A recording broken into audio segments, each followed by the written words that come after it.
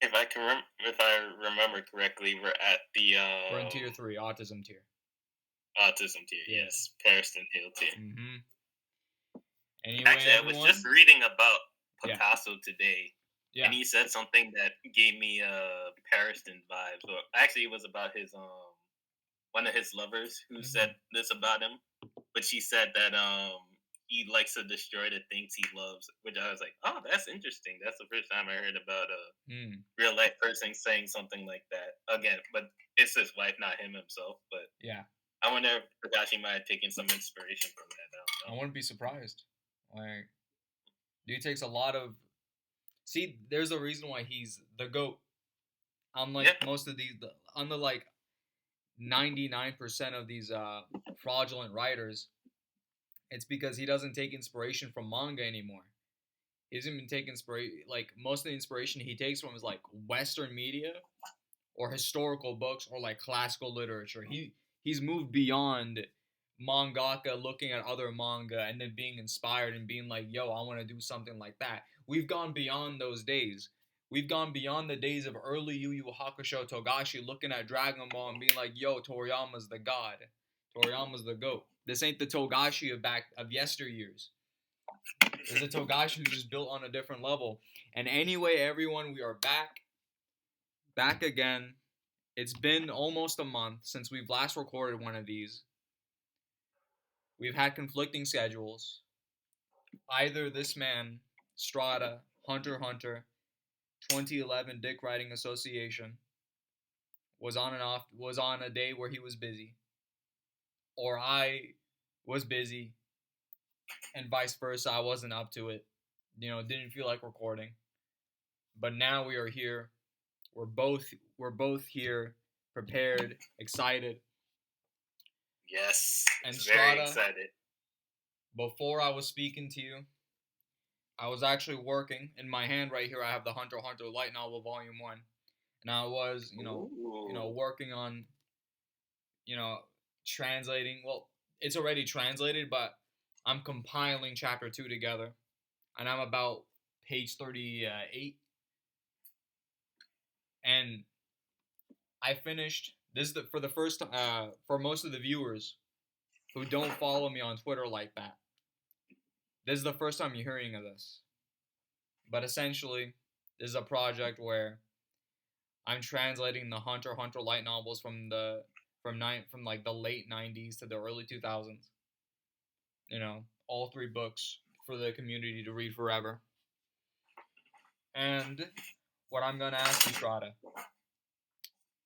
you made a quote retweet where you stated that you read it and you cried, and then you proceeded to slander Mid of Thrones, which which pleased me to the highest extent.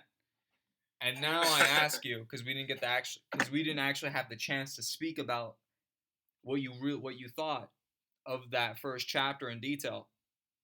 I now ask you, what did you think after reading that? Because you also read it with the after credit with the postscript. Of course, that was like the main reason for my reading it was like mainly to read the postscripts Mm-hmm. because I'm absolutely obsessed with getting any details inside Togashi's head and like mindset, the way Yeah. he thinks. Because as you said, he's a very advanced type of dude, always evolving. And what stuck out to me about reading it, what made it so emotional for me, is that we discussed this in DMs, but it's very rare for us to actually get inside of Gon's head and his way of thinking. We more so get inside Killua's head, if anything, which is why he's fairly popular among the series. Not that we never get inside Gon's head or like understand his like thinking or development or anything like Mm-hmm. that, of course. But it's very much not one of the primary means by which we engage with the character. So being able to engage with him in this more stereotypical way, as it were, is really exciting in the way that and Togashi commented on this in this afterwork that it's slightly different from how it is in like the actual series, Mm-hmm. but it's in a way that doesn't like detract from it. You're able to like look at it from a You're able to appreciate for what multi it is. Yeah. yeah, Don't yeah. multi-purpose, multi If storyline perspective mhm. where you can get more out of it by thinking about, well, what if this happened versus what if this happened, and that was in addition to like getting more insight of Gon's like typical mode of thinking, that was like one of those things that stand out. So it really was some great work on everybody's part who like made it, and for you for translating, I have to thank you for that. Yeah. Right now, man, chapter 2 is pretty fun, man, cuz it's if you're someone, if people have watched the 99 anime, it takes a lot of notes from 99. Like at the part where I just finished the part where they talk about Saint Elmo's fire from episode 3. They also do Kurapika's introduction different. They implement stuff from episode 2, which is a filler episode, but in the 99 version that is canon. And that's something cuz people have this stigma with the light novels where oh, it's trash and they just shrug it off like that. But that's because all they really have to go off, all they really have to go off of is an old blog from back in 2012 where this person read the story, but they weren't like they weren't giving the story any genuine respect or effort in the sense. I mean, yeah, they read it, but like they weren't as engaged with it. So as a result, like they were kind of clowning on it, and then by the third volume, or like the second or third volume, they realized that this was written by Kishima Nobuaki, the guy who wrote on the 99 anime, and then suddenly like it made them look at the first volume, which they had criticisms for differently, and being like, okay, I can't critique this because for not being quote unquote as faithful or as accurate as the manga, which I know these 2011 tards they love to do. They love to slander the superior 99 adaptation, and I will keep saying the 99 is superior to the 2011 to the end of my days. And Well, y'all can't do naturally, anything about that. I'm the Hunter x Hunter 2011 Dick Writing Association, so I do have my preferred one, but I don't have any hate for like either of them. I both very much enjoy Oh no, my hate for both.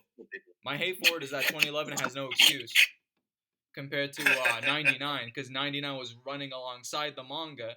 By the time 99 started, Togashi hadn't even finished Heaven's Arena yet. And by the time, Mm. and even as the 99 was going, he hadn't even finished York New yet. Whereas 2011 has had up to election arc completed by 2012, and they still omitted so many things that made absolutely zero sense.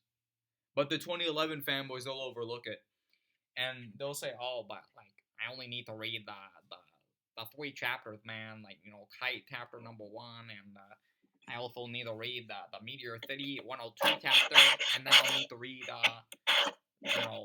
the Gyro chapter and 204, 205." I'm like, nah, dude, I you're think silly. personally for me, I've never Mhm. been one to dismiss anything in regards to like the Hunter x Hunter media Yeah. landscape, like from the plays to the light novels and the CDs, because like Mhm. something I've noticed a lot is that basically anyone who becomes like a big fan of Hunter x Hunter in Japan who ends up working on Hunter x Hunter related product, they Yeah. really end up putting in their A game as far as I'm aware. It's like they've Yeah. always like at the very least always putting in like their top tier effort to try Yeah. and make it good. As opposed to say something like I'm just throwing this out there. I don't actually know that much about it, but like for the FMA stuff, for example, like the FMA side content is like not well known or like well like regarded for the most part, despite the fact that it's the number one rated anime in the West. Mhm. So whereas like I said with Hunter x Hunter context, it's like you'll hear about the Hunter x Hunter plays almost as much as you will about like the light novels or like the CDs or stuff. Well, There's really yeah. I don't know uh about the light novels, man, because it's baffling to me, man. Hence why I'm mm, doing this in the first place. There are people in the oh yeah. subreddit, like a bulk of the fandom, who are, they're casual. They watch the 99, they watch the 2011, and they read the manga, and they may have even watched the two movies, but they don't know about the light novel because it's so far gone. It's so unknown, and it's all the way back in the early 2000s and in 1999. And Honestly, I think more of the reason is just yeah, more so that most people in the Western community don't so much like read casually. Like, I'm not trying to be like yeah, insulting to like anybody in particular. I know you don't mind, no, but it's like I'm generally not trying to be insulting, but like it's a well-known fact that like most people, at least in America, is like can't read above like a sixth grade level. So that makes it difficult for them to get into reading as like casually like a thing as a hobby. Like if you're mm-hmm, going to read something in the West, oftentimes it's because like you're forced to or like you're really really into it yeah, specifically in the form of like wanting to read it for yeah. whatever reason or another. I mean, So I would say like the casual fan just doesn't read a lot, and yeah. that's why in the West, I mean, I I don't mean, know how it is in Japan. casual fans in the West, like they're probably not gonna go out digging that much. I mean, I'd be Right, surprised. exactly. I'd be surprised if a casual fan even knows about the drama CDs or the character songs. Or Hmm. okay, stage plays, like you may know about them because they've been advertised enough for you to see what they are. But these light novels, again, they're from all the way back. People barely own them. They've never been translated or localized over to the West, which is the fate of most light novels to begin with. And you know, people barely own them. They've never been translated up until what I've been doing. And as a result, because no one talks about them, the only thing that people even know about them is Jean-Louis Bradley. And Hmm. that's only because of the fact that Togashi drew him. And then Togashi even posted a picture of the guy on Twitter. And this was back in 2024. Yeah, that should look real fire. Yeah. And and people were like, "Yo, who's this?" Yeah. Yeah. That you gotta leave it to Togashi. He'll always like throw in a curveball to confuse people. Mhm. Like but yeah, like I'm very excited to work on on the light novel. And again, if do not critique and look at the light novel or the 99, for example, and critique it as like, oh, it's bad because it's not faithful to the manga. It's not meant to be that. It's meant to be its own thing. When you look at these two stories, these two iterations as its own thing, and even then the light novel is more similar to the 99, but with its own differences, which makes sense. It's not going to have the runtime. You know, the man can't write every single detail he did in the 99 anime, Right. but it's meant to be its own thing. You're not meant. It's not meant to be. Because I remember that person in the 2012 blog. He talked about how out of character Gon is, how out of character Killua is, or like that dynamic. But it's not meant to be like the manga. If you want something more like the manga, go. The closest thing you'll get is 2011, as flawed as that is, which still has no excuse because of the fact that like it doesn't have the excuse of 99. You know? Yeah. But I do very much enjoy the way the direction that the light novel is going as an alternative to Mm-hmm. an alternative storyline timeline type of situation it's Yeah. going with. Because I personally I've always enjoyed those type of things. It's like what if stories, Yeah. like Bro, not in terms of like the Marvel yeah. like stuff. More Hunter In terms of content is like the always good, you know? Especially yeah, when we've been in like in a dry period and it's like this is the closest thing we have to new media despite this being over 20 plus years old. right. For us, it's new, so we get to enjoy it like it's new, even though it's been around for a while too. Yeah. So that's always fun for me personally. Cuz dude, when you've been a Hunter fan for so long, you've explored damn near everything. You've watched the stage plays, Yeah. you've watched the old anime pilot from 98. You've watched the 99, you've watched the 2011, probably several times for both adaptations. You've watched the horrendous movies. You've explored damn near everything. You've read the manga many times from front to back, you know, and then you realize like what was it? The Hunter Association said you don't want to keep all this peak to yourself. You feel like you've run out of the peak. You've attained all of the peak, you know? And here's the alternative. I mean, yeah, we got the video games, but most of those old games, man, they're not even translated. So we're kind of cooked. And even then, you can't play them because you need like a Japanese PS2 to be able to run the game on the CD, or you can emulate it. But I don't even think there's an English patch for it. So yeah, Who knows? that's why this is important, and I'm pretty much notifying you all about this now, since I didn't get the chance to do it in the previous videos. I've been keeping it hush hush. You know, it's something that you look at. You basically There was look at my Twitter a for it. group who uploaded your stuff to the to a Manga, fan site, right? Yeah, a manga where update. they Yeah, yeah, right. So yeah. definitely be sure to link that for them. I mean, That I was don't very even nice of them. I don't even think it's that useful because yeah, you can go to it, but it's not like you can read it. You know? If you can't access it Yeah, another way, it's a good way to like get it. yeah. All right, we've talked long enough. Let's begin. Now it's time to dig in. Mm-hmm. Now We dive even we're deeper. finally diving underneath that iceberg. Well, not underneath, but we're diving to the waters. We're going below the surface. Yep. And first, we'll start with the absolute, before the deaths, and which is like 6 of those. Wing tried to kill Gum. I assume this must be in relation to.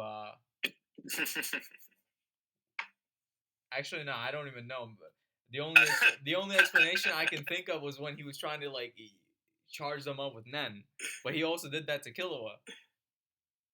Unless he wanted Guido to kill him or something like that. Okay, so Hinder his so training. That's the only thing I can think of. That Wing is a fraud. That was, or like he was trying to actually secretly hinder Gon's training. He's basically Gon's Theta. That's the only yeah, thing that I would can make think of. an interesting parallel, wouldn't it? Yeah. Oh man, that's very interesting. So here's what I think happened Mhm. with this. This was before we got the new chapters, so I don't think Lilos and Lilos is an anime YouTuber who covers like Hunter x Hunter power scaling from time to time. Forgive me if I mispronounce Oh his yeah, name, I know what you're talking but about. His Wing is a like fraud video. right. So I'm just using him as a shorthand because he's the one who like made it into a video. But like this has been a topic of conversation in the community for a while now, where it's just like, did Wing do everything he could to like advance Film's progress? And like the answer from the story given directly by the story from the beginning was no. And for people who like really like think that the stories are always about always increasing the strength of the main characters, it can be somewhat confusing to be like, why would Wing like limit the potential of like his student? Mm-hmm. That doesn't typically make sense in the shonen mold. Yeah. So it's like it's a case of Togashi's subversive elements, is subversive abilities in storytelling is causing some like disconnect and people being able Yeah. to like suspend their disbelief as to what is the relationship between Wing and Gon is, Mm-hmm. because it's a very typical standard like student teacher relationship, especially for like the era and the It's like listen, it's like Roshi and Goku. Roshi didn't right. teach Goku everything. He let that man go out to the wild. I've taught you everything you need to know. Even though Roshi was so stronger than this guy, he still had plethora of techniques under his belt that he could have easily taught Goku. But he basically like, nah, like it's basically the same thing with Wing, where he didn't teach him everything because the thing with Nen is that at a certain point you have to do things on your own and you develop from your own experiences, your own psychology. You even have a page in Heaven's Arena where you even espouses about how Nen is influenced by who you are, what you've experienced, your emotions, joy, sadness, anger, that sort of thing. Right, Hasu is The expression of expression all these things. of like, yeah, precisely. So it's easy when you're going in a conspiratorial mindset to go from, oh, Wing's not doing everything he can to help Gon, into, oh, Wing is accidentally intentionally trying to sabotage Gon, Mm-hmm. and coming up with explanations for why that may or may not be the case. Yeah. Like maybe he knows about Jing, for example, and he's like, oh, I don't want another Jing. Or like maybe it's just a case of like he sees him like a terror sandwich potential kind of figure, Yeah. and he's just like scared of him and wants to deal with him that way, Bro. like you said with the data situation. Don't even get me started on my boy, my goat, the chosen one. Yeah. Listen, if this Right, man went, but if this man Wing met Seti, he would bend. I've said this many times. He would get down on his knee and beg Seti to teach him. Teach me everything you got. He would be like, Shifu from Kung Fu Panda, going up to Po after he learned Chi and be like, bro, you're my master now. You know, like, dude, Seti would have destroyed. Listen, Seti would have instantaneously learned Nen. He wouldn't have needed the Nen Aura battery jumpstart nonsense. He's the goat for a reason. He's not a million jobber. He's not a million talent tomato can like going and Killua were. He'd instantly learn his Nen. Quit, maybe train up for like a day or two.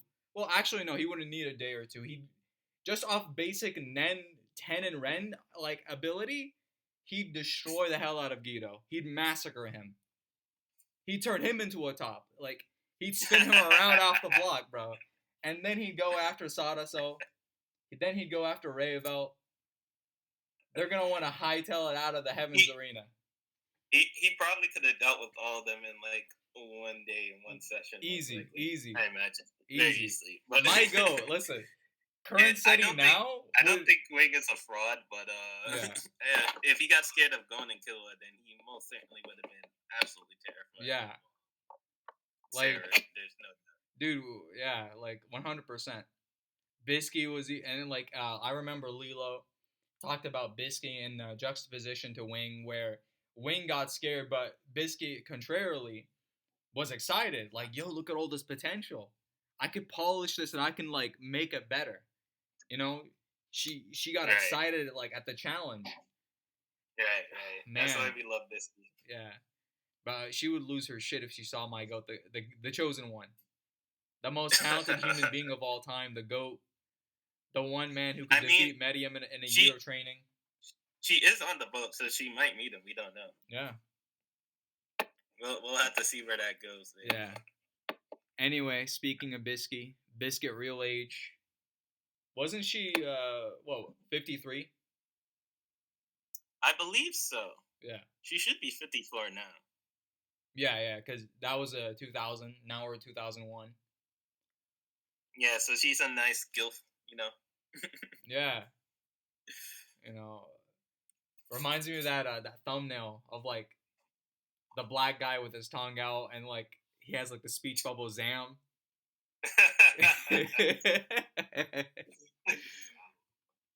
Hey man, if that's what you're into, you do you. But yeah, in terms of her real age, it's like maybe she could be older, or there's a possibility that, unlikely as it is, that she's younger than she portrays. But overall, I would say this was an interesting point on the iceberg. We don't have really any evidence one way or another to deny that she's like what age she stated she is, or at least that she's on the older side. But who knows? Mm-hmm. It does turn out like she's hiding her age as I can see her hiding her age as someone older still. Yeah. Like she's even older than she implies. I can't see her being like someone younger than she implies. Although that would be interesting. Yeah, I can't see her being younger considering like she stated that she was 53 around that point in the story. Killua said you're ancient, and then he got pummeled for it. So she got offended by being called ancient at the age of 53. So there's no way that she's younger. Because why else would you like, you know, truncate your age to a higher extent than it really is, just to be insulted for it? You know, there's no point. Right. Exactly. So odds are she's if anything older than she implies, but we don't know. Yeah. I'm gonna assume that she's 54 until further notice. Yeah. Next is Jing equals Gon's mother, the pregnancy stone theory. This one, I mean, this it's is basically honestly in confirmed. my this theory should be up in the sky. Let's be Yeah, real here. This should be that's up more of in a this tier should be one up in the heavens normally above theory. right there, because this is stuff we all know. This might as well be like common knowledge. Same with the white hair is Oldic theory. Right.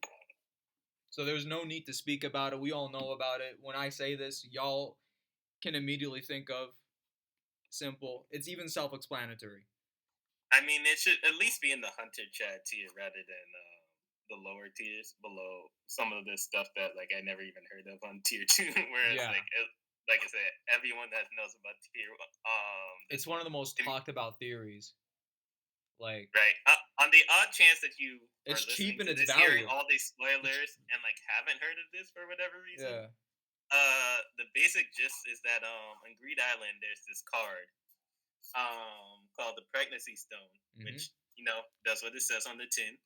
It allows anyone, male or female, don't ask how the male stuff works, but like male or female, they can give birth. So, and we know you can take cards out of Greed Island as needed, depending on like if you're high enough to your player and such. So, um, and we know that the timeline matches up for like around when Jing would probably be creating Greed Island with like his friends, and so everything pretty much lines up to say that Gon is probably an artificially created creature if um if we don't find out anything about his mother being particularly special or important. Granted, this is okay. We'll discuss this, because if you guys actually look for it, you can actually see, like, what was it, on an old whiteboard that Togashi drew a whole bunch of sketches, and you can see the Mm-hmm. prototype of what Gon's mom was, and that if you go even further back and look at actual statements by Togashi, that originally he wanted the story to be about Gon trying to find both his mother and father, but he decided against the mother part, and then essentially scrapped her importance from the story, which basically is what she is, unimportant. She's just a footnote in this whole tale, where Jing is the real goal here. She's just a random person, that Jing met along the way, and then either he separated from her or she died. You have other iterations of who Gon's mom is in the 99 and in the light novel, where she's the cousin of Mito. Right. Yep. Which I found very interesting as a change. I was like, giving Mito that extra, or not extra, but like different reason for why she has that attachment to Gon, as opposed to being his aunt from the father's side. Yeah. Okay. Next is Aura Conspiracy. I do not know what this is about. Strata, you take it from here. So, the Aura Conspiracy. To be honest, I did look into this. I didn't find anything concrete, but the best explanation that I've been able to come up with, and this is just something I came up with. I don't know if this is actual what was intended. So if anyone created this tier list wants to clarify, please go ahead and do so. But I think what the Aura Conspiracy is referring to could be a case of like how do you keep like Nen's secret when aura is like technically a thing you can feel like as a normal person or be exposed to as a normal person without like any warning or like hesitation. So it's like the Aura Conspiracy could be a case of like anyone who has a certain aura, they're like negotiated or like negotiated or tricked or like somehow coerced in one way or another without them knowing into the hunter exam type of situation. So it's like if you're showing particular skill, talent, whatever, like say a Komugi for example in Gungi, to the point where like you're starting to affect other people with like your aura alone. like maybe a hunter will come in and be like, "Hey, you should take have you ever heard of the hunter exam? You should try to take this," or like they would try to get you away from Hmm. the criminal life, or like towards like nefarious use of the powers towards a more productive use inside of institutions. Hmm. But that's just a guess on what this could mean. I actually don't. Yeah, it could be about that. Like how Nen is kept secret throughout the world.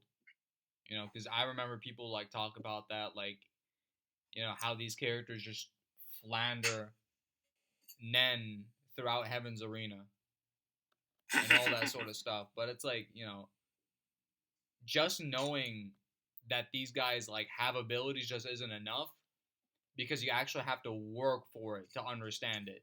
You have to tap into Mhm. it. And like to these guys, it's like it's magic tricks, because all of these abilities are so varied. It's not like one concrete thing. Next is, I don't know what this one is either.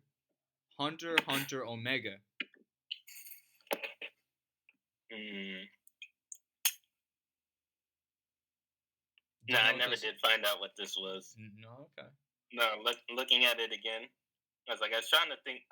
I kept coming thinking I might come back to it at some point, but no, I'm not. I'm not familiar with what Hunter x Hunter Omega is supposed to be. Mm. Oh well. Well, okay. Actually, you know what? I fooled you, Strata. You walked Oh, into you my did? trap, hook, line, and sinker. I'll tell you Oh what yeah. Hunter Omega is. Okay, tell me. SETI. I'm curious. SETI. Who else? Who else? The He's Alpha the and the Alpha Omega. and the Omega. Just It like just Virgil makes from sense. Devil May Cry. That's all we Of need to course, know. Yeah. of course. Of I should course. have signed it. Dude, he's the true MC. He's the chosen one. He was born in the Holy Land, bro. Come on. He's the chosen one. He's meant to bring the world to justice, to greatness. Yeah. Medium was the MC for the ants, but of course, like he had to go out. But it's okay. Like Medium, you can sleep. maybe it's referring to like a manga, like a spin-off manga that's supposed to be secret that nobody knows about. But there's already one on the list that's like that, so I really don't know Yeah, what Under Omega is yeah, supposed to could be. be. Maybe Ne- a game, maybe like a Greed Island game. Probably like a Chinese computer or phone game that was never localized and only made in Chinese, and then was probably outsourced to Taiwan. Taiwanese players. Dragon Ball has had that fate many times. Persona 5 had that Yeah, fate. Where yeah. Chinese got to play their own Persona 5 game until years later they finally gave them Phantom X. Did they really? That's amazing. Yeah, years late they gave them Phantom X this year. Oh. Like localized it finally. And that game came out like a few years ago for only for Chinese players. Nice, nice. Okay. That's awesome. Yeah. Next, this one's I actually know this one. Strata, you most likely know this one. Poor Man's Rose, Little Flower Conspiracy. Obviously there's the name, there's the namesake of it, Rose and the flower, going through his bomb ability. Basically, this theory is that Genthru, at some point in his life when he was younger, saw the bomb in action. Either he was traumatized by it or he was inspired by it, and then he essentially developed an ability that was kind of emblematic of it. And then that's how Little Flower came to be, including Countdown, which is essentially a branch of Little Flower. Honestly, this is basically canon to me, as Mm. far as I'm aware. Like there is no evidence, but it just makes for the most interesting story, and that's It usually makes what I yeah, it go makes into. Xanthru more of an interesting character, because like his psychology, and he's a person that was exposed to the horrors of war.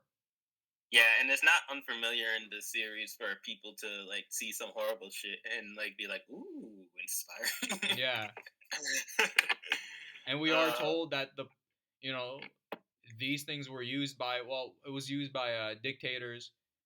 It was even stated by the narrator that this was used in in a very specific terrorist bombing attack, which essentially caused the world nations to outlaw and ban them, even though like a bulk of them still wanted to keep their their bombs.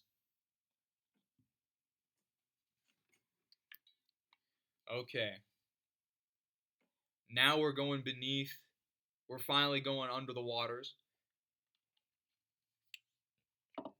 Next, this one's gonna be interesting. Yu Yu Hakusho's Dark Tournament takes place in the DC. Yeah, I love the dark tournaments like aesthetic with the MacGyver. I can never pronounce his name, but you know the dude who makes the Alien franchise aesthetic look.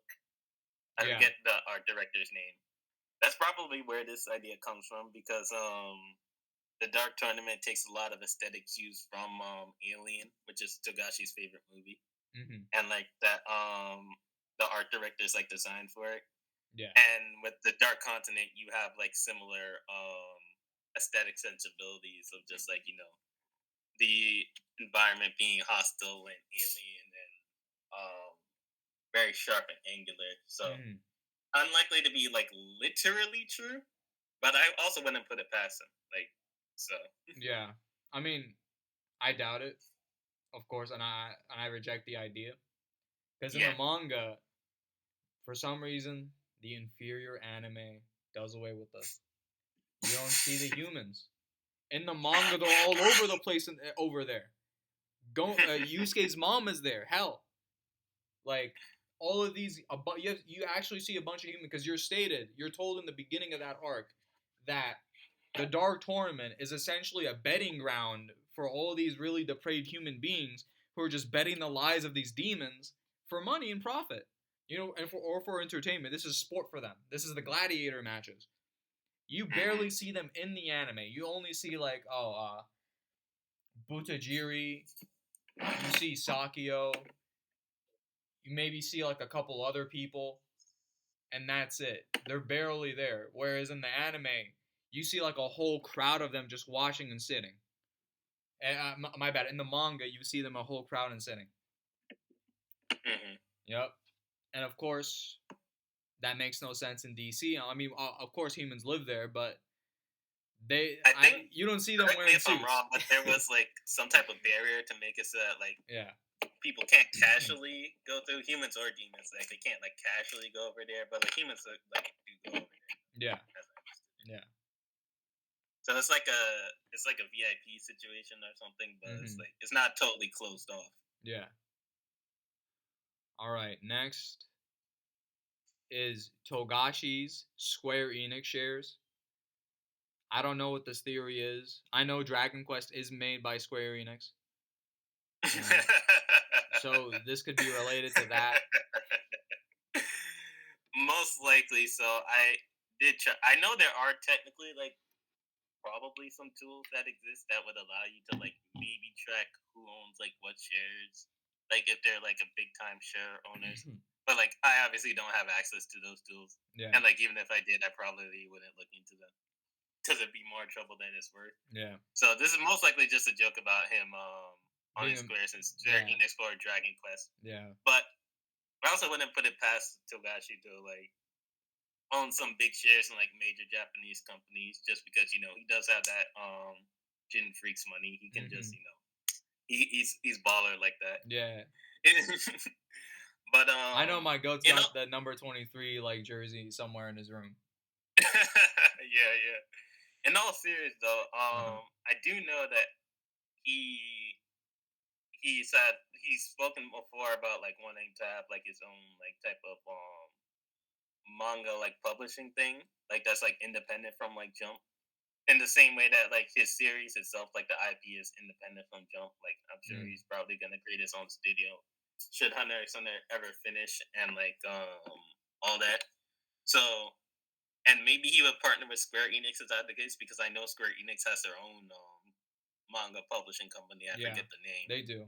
But like maybe he would partner up with them. Yeah. But other than that, this seems like it's mostly just a joke. Yeah, it's just a joke. Where another part of the joke could be that him being a massive fan of Dragon Quest probably has like he's probably a shareholder, you know.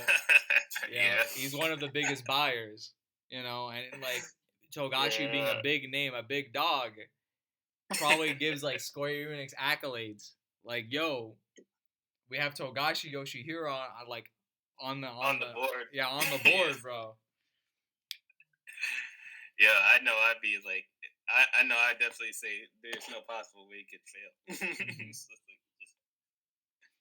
Okay. like he probably just casually gives Hmm. some advice on like how to like up their stocks and Yeah. whatever. But I don't know. Okay. This one I also don't know. Serentai is still alive. Now, who is Serentai? I was hoping you would know. Oh man. I was like, is there a character that I forget? There's no character named Serentai. That's what I was thinking. Like, dude, uh, some of these are just made by crackheads. Hold Serentai. on. Like, Okay. is Serentai like? Oh, Was it's it a meant to real be the Pure person? Paladin Squad. Okay. Oh, okay. Wait, wait, wait, wait, wait, wait, wait. All right. Wait, wait, So wait. it's saying that Hold the on. faction is still alive, basically. Because now I'm looking at Hunter x Hunter fandom, and there's the term Serentai. Because as I understand it, they were the Saren group or like the Pure Paladins. I think they might be called in the manga Yeah, or something along those lines. And basically, they were the faction that opposed Pariston, if memory serves. they were. Yeah. But I don't know how they would be dead because like it was an election. So unless it means like the party is still alive, like the faction that opposes Pariston is still alive, which he never got anything to claim otherwise. So I don't know that why that would be in the iceberg though. That's what gets me about it. Cause Yeah. like, if it's talking about the Saren, that's why I didn't think of it because like the Saren group, as far as we know, they just like lost the election. Like that was Yeah. it. So they shouldn't. Their lives shouldn't have be in any danger. Yeah. That's like the crux. That's essentially like what most of these things that are listed on these tier lists are. They're just basically the opposite of what actually happened in the series. They're just meant to be fun, crackhead little jokes to like just speculate and ponder. I mean, it is good for like reviewing everything we've gone through so far, so that when you do end up making the bingo card, you know everything will be fresh in your mind from the most obscure details of Yeah. Square Enix thoughts, like Yeah. the most complex character analysis of Terror Sandwich. So. Mm-hmm. And then this one's even more goofy. Naoko Takeuchi never existed. Obviously, yeah, this isn't the case. Unless that person in those photos, the person who made Sailor Moon, is just some alias that was created by a person who took upon the identity, the quote unquote identity of Naoko Takeuchi, like she's You Jane see, Doe. the ending of Level E was actually just him announcing his wedding and like explaining where Takeuchi came from. Yeah. And like all that whole time, it was actually just him writing all those like manga. Yeah, like, he was writing Sailor Moon. Yeah, writing Sailor Moon on the down low. Yeah.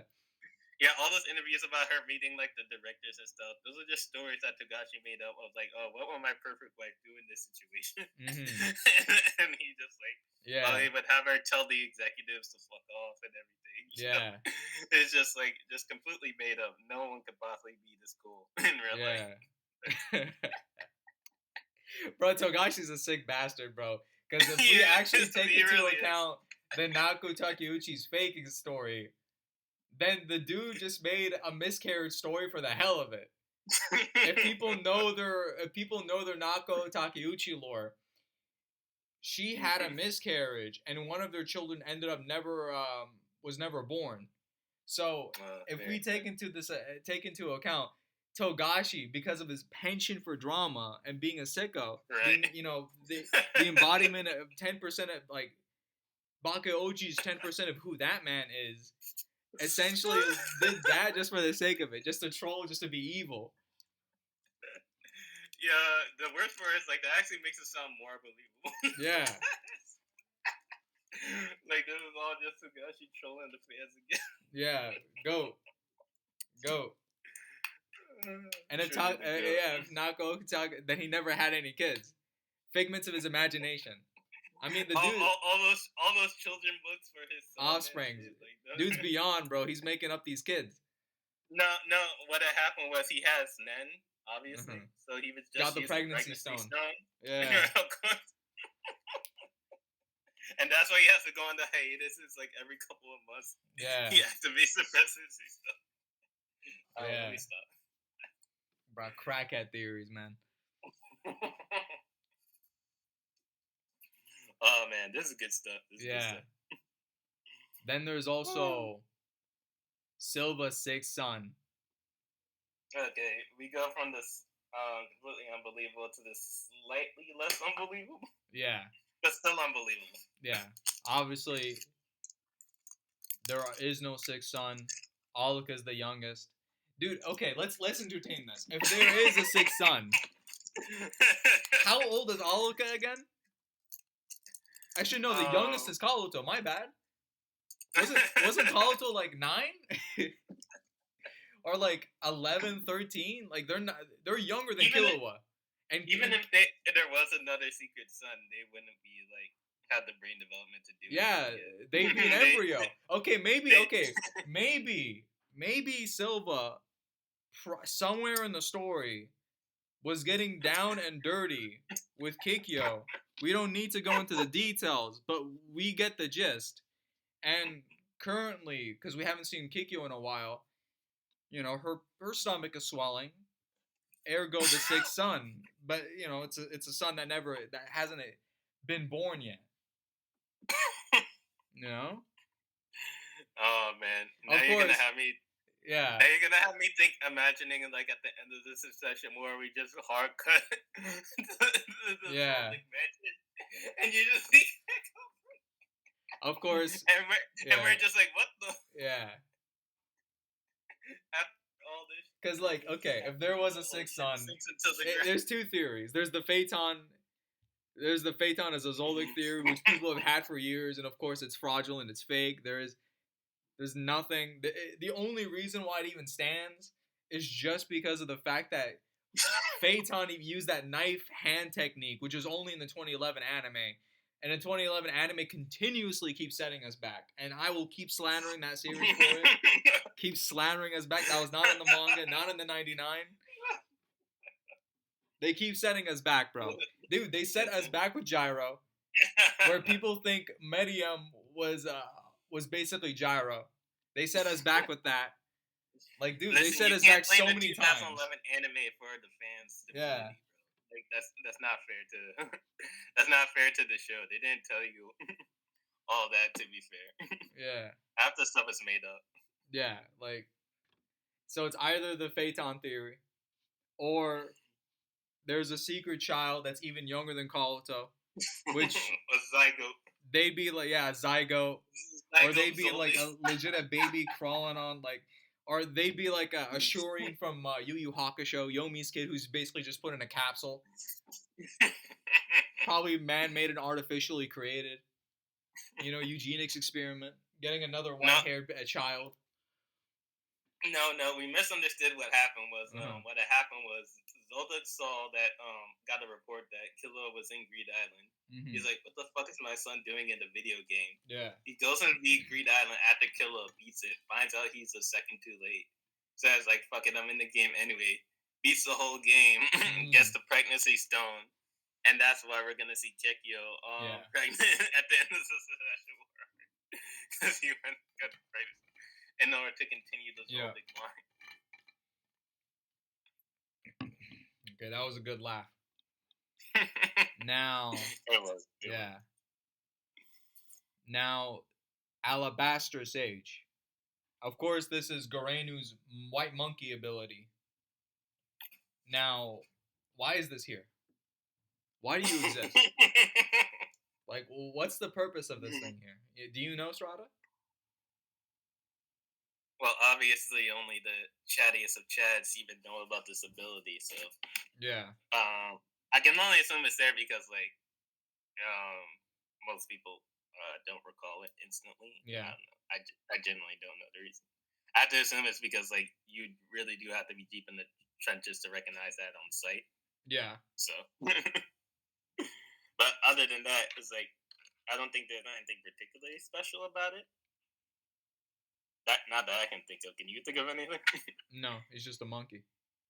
Yeah, that's what it is. Listen, I follow the words of SETI, man. Like, if I'm skinning, yeah, it's no The different words of if I'm Frieza. skinning, yeah, if I'm skinning cows and pigs or monkeys. Can you believe that Frieza was based on like real estate developers? Apparently, Yeah, he was based off Toriyama's landlord. yeah, he's like they're the worst people, man. Yeah. Yeah, that's hilarious. Yeah. Unrelated. And then next is the White Data book. Now, Ooh. is this in relation to the actual data book that we got in the 2000s? So I was actually hoping to get your speculation on this because this sounds like one of those like real urban legend type of things where it's like, have you heard about the white hundreds under data books? That Yeah, it's was like, basically I looked it up and then bootleg find Timu it. Chapter Black. Yeah. But no, I'm not. I looked it up. I couldn't find anything about any white data books in terms of like, except things that like the color of the books, maybe the case, but like in terms of like any hidden information that's in any white data books that I like mean, I guess that you can. I guess it's maybe in relation to the actual data book, because one of the covers looks like it's white. yeah, that's what I was saying. It's like Yeah. one of the colors of the thing might be what inspires it, but otherwise, I don't see anything particularly special about the information that would be in any white data book Yeah. that you can't look up yourself. So Mm-hmm. Yep. Anyway, moving Beans. right along. Yep. Beans, Chimera, and True Origins. Now I I believe remember this old image, it. and it was basically Beans with the hair of Poof, the antennas of Poof, and his wings. Yeah, and he looked absolutely adorable. He does. Yeah. Oh man. I mean, I think he looks adorable anyway, but Yeah. Togashi knows his character designs. Mm-hmm. And of course, you know, Beans isn't a chimera ant, but like he could be a magical beast. You know, he looks like it. We've seen, for example, Jean Louis Bradley's a magical beast. He's a vampire magical beast specifically. You know, Wow. that we'll get to that eventually when I eventually translate that part of the story. But Very cool. mm-hmm, we've seen, But yes, there are yeah, magical beasts. Not every weird shaped creature in the series is a chimera ant spinoff. yeah. Although they can be. Literally, not even figuratively. For They example, literally can be. I forget his name. Not he was the guy that was part of the The mercenary Hunter squad. X Man. The mercenary squad. That was where he has like yes. those like elf-like ears. Yeah. Lucky bastard. Yep. Where he could probably like, I don't know, maybe have some like magical beast blood in him.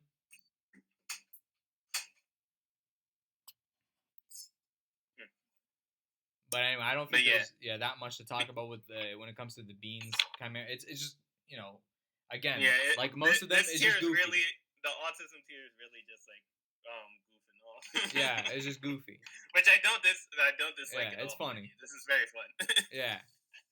Now another crackhead theory. It's basically something. What actually happens in the series, they essentially make the opposite for the sake of conspiracies, and that is Neon is alive. Of course, she's not alive. She's dead. We have Crollo's Okay. ability. To be fair, I'm not sure if we got the hard confirmation of that when this was first made, but yeah. Otherwise, she's dead. Yeah, she's dead. And I believe this was Rest in before. peace. This was made after that chapter that we got in 2017. Mm-mm. Actually, no, it was 2018. But Okay. but nonetheless, this came after 2018. All right. Yep. So of But yeah, course, she's gone, guys. I'm sorry to say. I'm It's sorry. Yeah, yeah. Takashi has a habit of just killing off like the cutest like female characters that Hmm. you want to see more of. And it's just like, oh, well, like he does that a lot. Yeah. It sucks that she's unfairly hated when in reality Oh yeah, she's for got a sure. lot more intrigue and like depth to her that than most people realize. Really Honestly, interesting. she's like Yeah. one of the most realistic characters like Togashi ever wrote, which Yeah. is surprising because I guess like before he would say like I can't do things like I can't write romance and such. Like he would talk about his limitations often. But I think by this point in the story, he has more or less gotten over like all those. Because like not only is his character like really good, like really fulfills her role, but also she's just like I said, she's really realistic. She's has a lot of thematic and symbolic depth Yeah. that's easy to miss. And also, like I said, personally speaking, I just really enjoyed her character. Yeah. She was fun. She was cute. Yeah. She's got great pillows with Crollo and Seti. Like, if Absolutely. you make me think about Seti, like, I respect you a little bit. Same with Netero. That's I did not care about Netero as much until the Beyond and Seti stuff, and then suddenly, like, my brain locked in. My brain ascended. I attained a level of high, and then suddenly Netero became a goated character. That's the you power of finally Seti, bro. realized the goatness. Yeah, I realized the goatness Yeah. because he welcome. had goat genetics in Happy him. to have you He here. had the Yeah, goat. man. Yeah. Well, Always okay. Yeah. I'm gonna backtrack a little bit because obviously Seti's far superior to Netero. If Seti fought Medium, Seti would have put up a better fight against Medium than Netero would in his prime. I'm saying this right here, right now. 12 to 13-year-old Seti has done far more impressive feats than Netero ever did, who peaked at the age of 46 and then needed to go to the mountains and train. Let's be real here. He had the dog in him. He didn't have to reach his peak to do it. And then now this is a Seti who's even more obsessed than he was at the age of 12 to 13 and the 7th grade.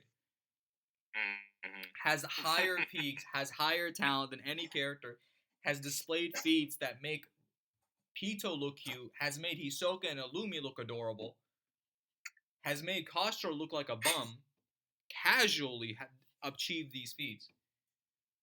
He's just far and away the greatest human being of all time. The pinnacle of a man. Let's be real That's here. fair. That's fair. That's the goat. Look, here's something else about Neon being dead. By the way, there's something I just thought of. Now that you brought it up, Yeah. not directly, but you made me think of it. Mm-hmm. The in a way, like Neon is like her body is dead, but very much in the Hunter x Hunter faction, in a way similar to a koala, like her soul, or like her will, that essence of like wanting to do something. Through the fortunes, yeah. Yeah, that's still driving her, and that may be what's keeping like these that's powering the fortunes that about the fandom choose lives and eventual deaths. It could be like powering to power. Her will could be powering those prophecies to ensure that they still happen, even long after she's been removed from the mortal coil, as it were. Yep. And even then, those fortunes are powerful too, because you look at Pakunoda's fortune. It happened way before it was meant to actually happen, and that's because like you can't control it. You know, if the stars align and the conditions and the conditions come together, you're cooked. You can't really stop it. Indeed. So, insofar as like her influence, like she very much is still alive. You want to go metaphorical with it. Yep. All right. Next is why not? Let's go for this other crackhead one. Hisoka's not on the boat. Obviously, he is on the boat. We saw this. Yeah. In 392. Well, 392 was a curveball, but like we were like, yo, Hisoka's here. Of course, then we find out that that's the fake Hisoka. But then we got real Hisoka in 405. Yes, sir. Yes, sir. Yeah. And what a introduction it was on the boat. Honestly, it would have been very funny if he wasn't on the boat, but I am so glad he is, because like we would have missed out if he wasn't.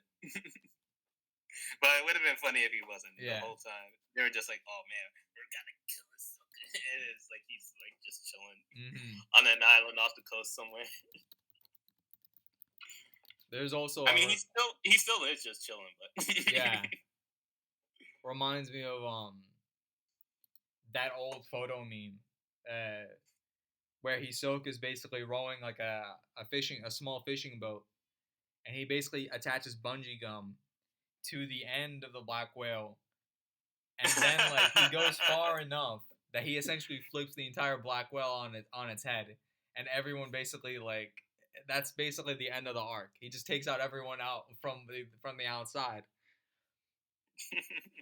I don't think he has like the physical strength to do that, but I could totally see him like towards the end, It's just like a when goofy like gag image. inevitably Yeah, people are trying to escape the boat, and like if the hand things go down to keep people from getting off the boat, I could totally see him like getting like a lifeboat and like bungee gumming it to like the outer shell of the thing mm-hmm. as he makes his way away from it. So it's like in case like he needs like in a scenario where he needs to be away from the boat, but like he doesn't want to entirely lose track of it. I can totally see him doing something like Yeah. that in a stowaway type of scenario. All But we'll right. see what the future holds. Mm-hmm. Okay. Next, let's see. Do you know what Compendium Ultima is? So that I actually just looked it up I, right s- now. I assumed it was the referring to the Greed Island things of like all the cards, something that happens if you get like all the cards or something, but I don't know. So I actually think it might be related to. Okay, let me read it from here. Compendium is the manual for Ultima VI, written by Greg Malone. It's 48 pages long and called upon to pass the game's 3 copy protection sequences, in which the questions regarding bestiary, regions, and magic syllables of the realm are respectively posed by Lord British, Selganor, and Maria. I don't know who the hell these guys are. Penned from an in game perspective, British is the fictional originator of the book's content, having dictated it to the scribe Mobius. So, Mobius strip. Who knows? Mm. Yeah, From there's definitely something here. so from what I understand, this is some game or a Mm. small like a book made for a game that is tied to Ultima. I think this is Ultima 7, The False Prophet, and it's apparently the 6th game of a series and the last part of the Age of Enlightenment trilogy.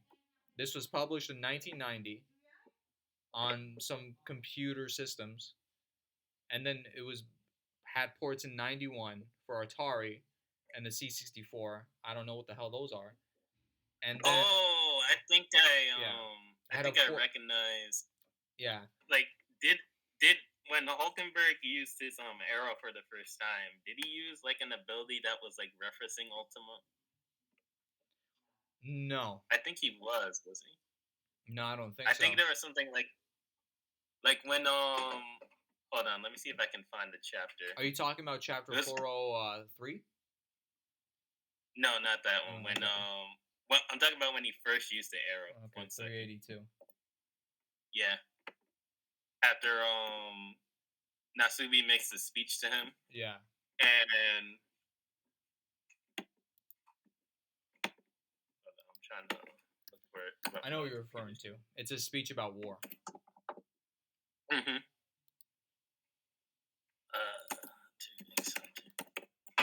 Yeah, I can't find it, but basically, it Yeah, was like the ability. It might be referencing a Hulkenberg ability, but I need to yeah, go back and check for that yeah. War again. changes the enemy's institutions through force. Combat annihilates the enemy's will itself through force. To wield such a force is to be willing to face death.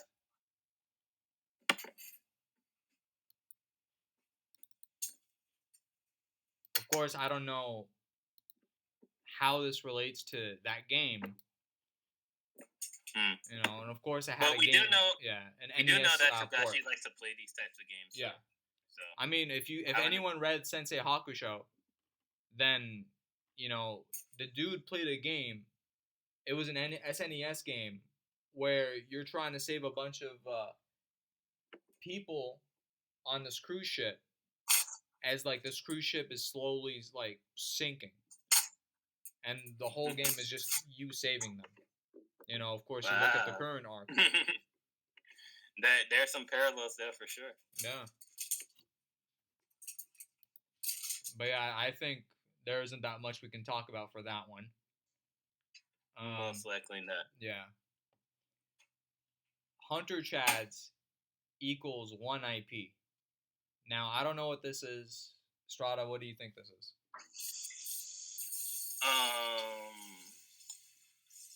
Hunter chats equal 1 IP. Is Hunter chats like a Facebook group? Because that's what I originally thought when I first saw this. I'm like, um, it might be a Facebook group type of thing, but I don't know what the IP they would own. Is the question though. Yeah, I wouldn't know. Hmm. Yeah, there No. isn't. Yeah, there isn't that really that much. I mean, obviously we know what the Hunter Chats term is. It's a term Yeah. we bravely give ourselves. I now recently call myself Right. a Togashi Right. terrorist. That's what I'm thinking. Like maybe it's a Facebook group thing because like it's an agenda name. Yeah, where Right, we exactly. call ourselves Hunter Chats and it pisses off the other anime communities, other anime manga communities, specifically the big three. They hate us the most because we scare them the most. Yeah. You know. Oh, also I figured out what the name of the move I was referring to was before that last section. It was I don't know how you pronounce it, but it's like Kutsup. I'll send you the I'll send you the picture of the board game thing. But basically, it's a different type of board game, but it looks kind of similar. That's why I got confused. Okay. Yeah, it's also looks like an RPG type of thing. Okay. That's around from the same era. So maybe it's referring to something like that. I'm not sure. Yeah, a lot of there's a lot of like tabletop RPG games from the early 90s. Mm-hmm. Yeah. Okay. Nen is a DC's parasite. Now, okay. This is an interesting one. Go for it, Strata. Yeah, this is an interesting one. So the idea behind this is that Nen itself, the whole power system, is the whole power system is that came from the Dark Continent itself. It wasn't a power that humans were originally had. Mm-hmm. And if you combine that with the idea that people themselves are from the Dark Continent, or even if not, but especially if you combine those two ideas, you could have a thing where it's like originally the humans, they could barely survive until they like gained access to Nen from the Dark Continent, and that allowed them to take over a whole niche of like area of the world for themselves, which is not uncommon. It would be similar to how back then it was the Greek story where the guy gave humans the ability to the fire, and then he was cursed for it by the Greek gods. Yes.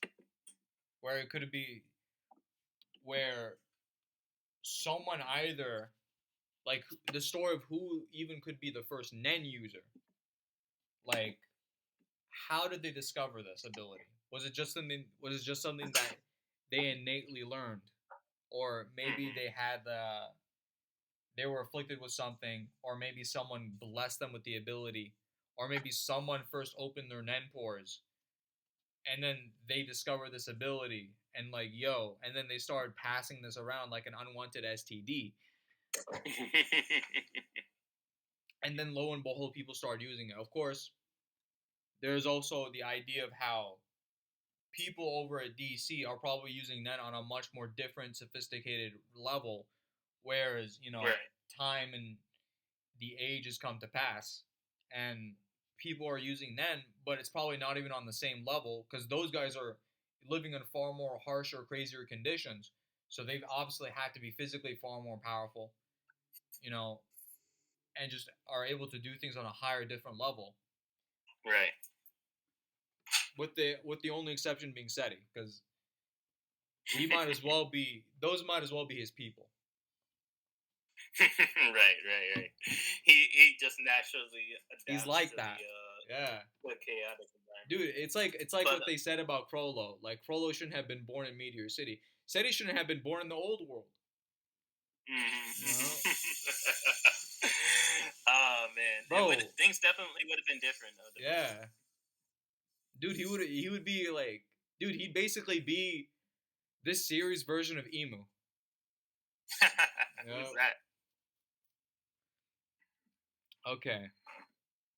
Next is Shalnart fake death, text or surprise. Obviously the idea is that the Shalnart that died in 357 is just a fake, which makes no sense.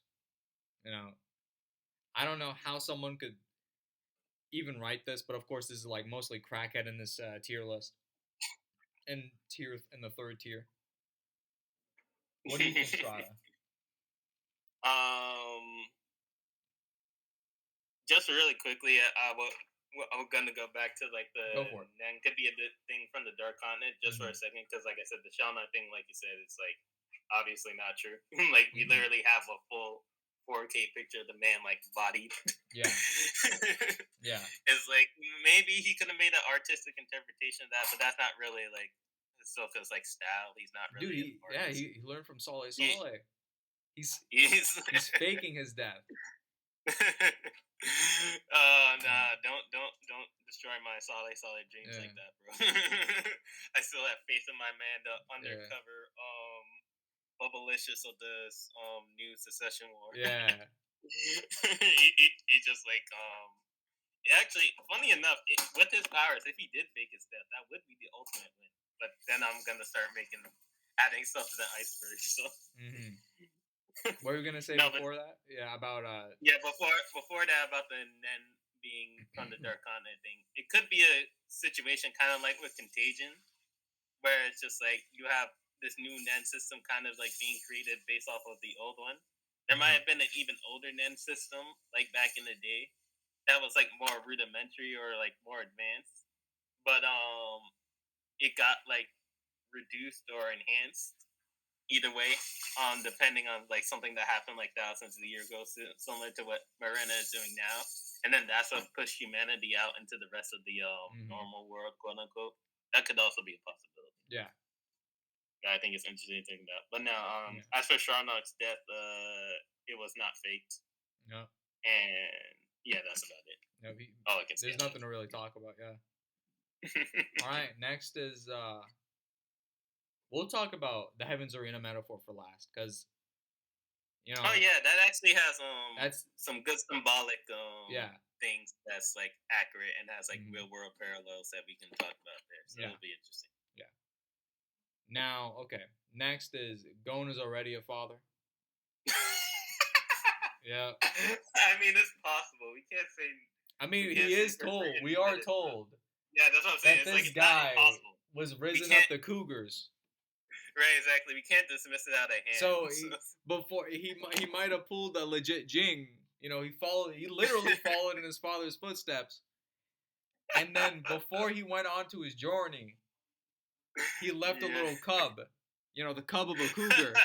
You know, out in the wild as an embryo.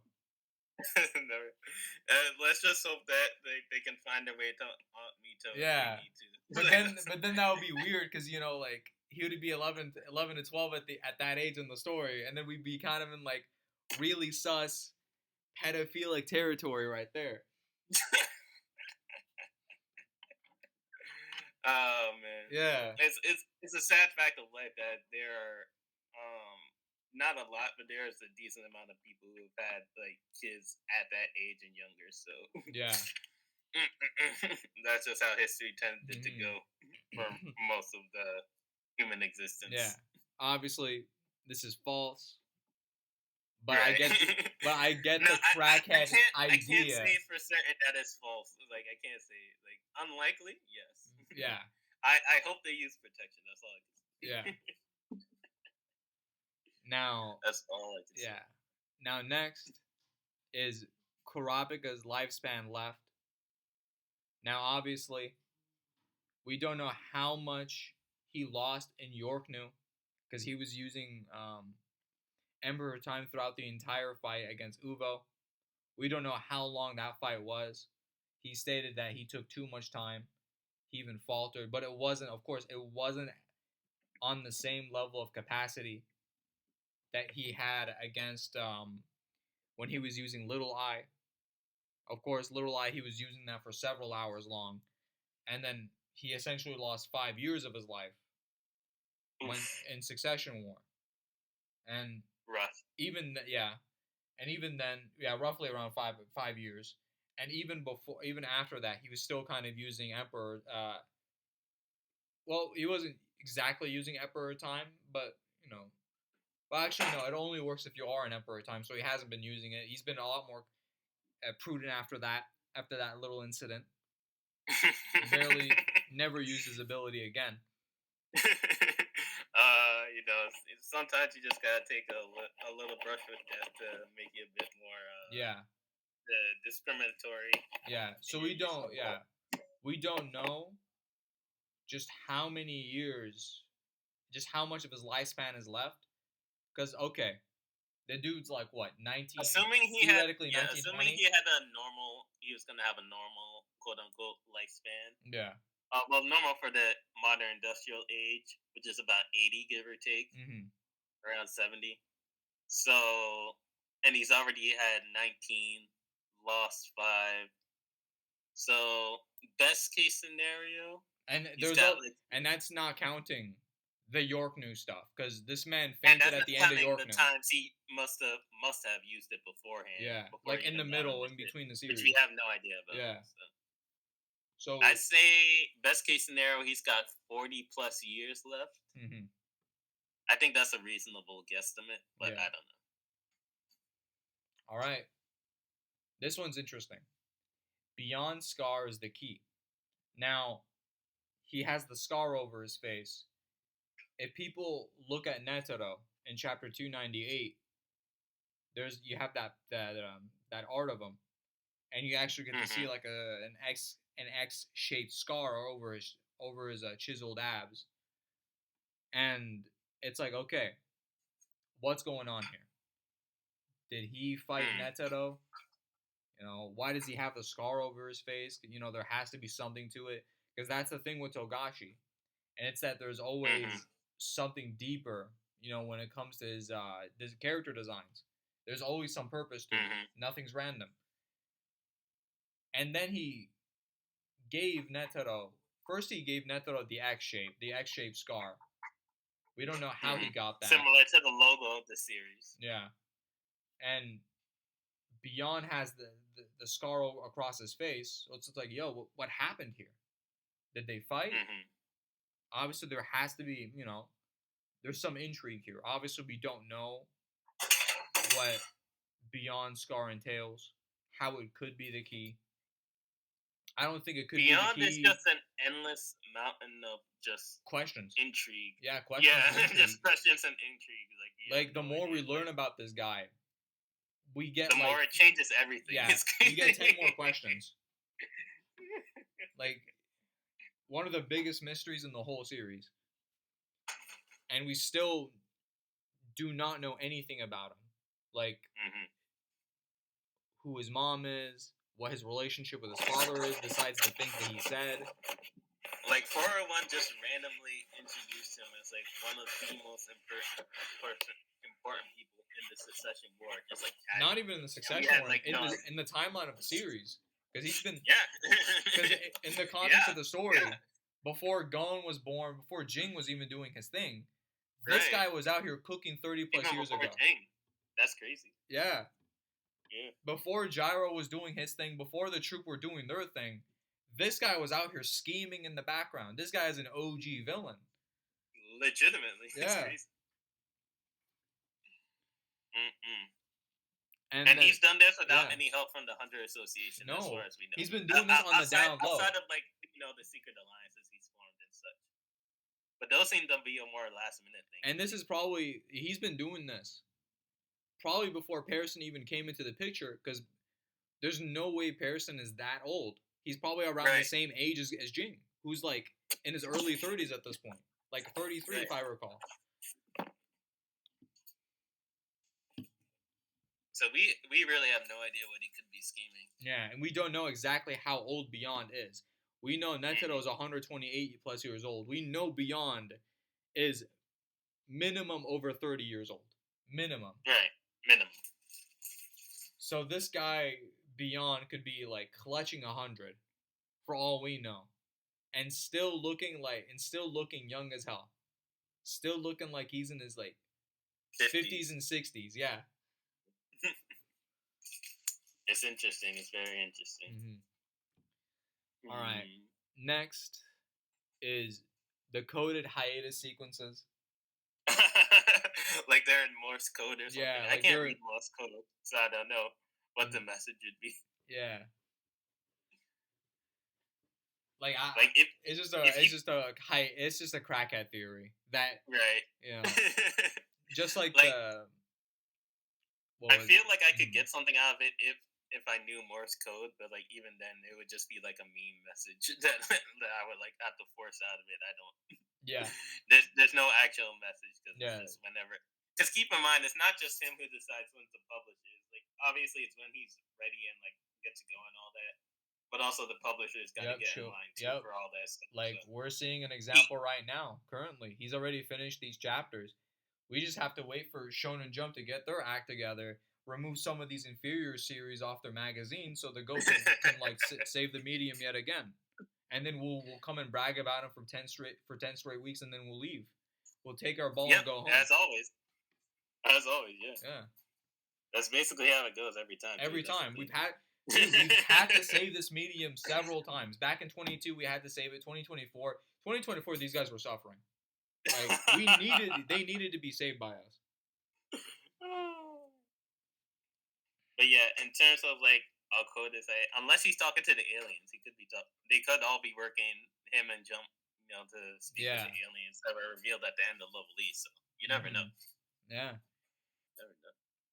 I wouldn't be surprised if Togashi's like Washizu Iwawa at this point from Akagi. Just out here running from ruling everything from the shadows. I don't put it past him at all. Yeah. I wouldn't be surprised if my goat was out there like, pulling a Seti, out here gambling, playing people in Mahjong, and then like slaying them and then throwing them out in the mountains. You know he's raising his kids to be like the future like emperor, empresses of Japan. Yeah. Just like, listen, we're gonna take over the imperial government. It's no big deal. We'll just replace their line with our line. It's like they've already married into the commoners. It's fine. Yeah. It's like I'm going to elevate their stock. Okay. Nav falls panic attack is another crackhead theory where something happens and then they say the love opposite. autism tier. I just have to say, like these are really fun. Yeah.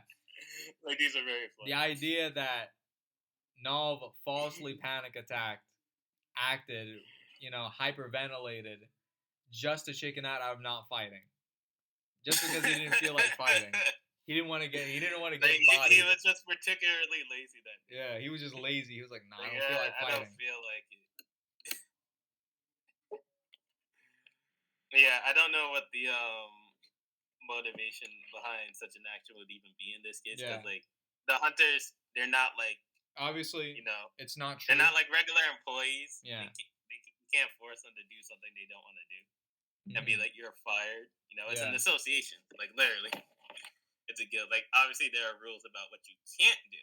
Yeah, but the rules in terms of like what you can do are like much less so. Yeah.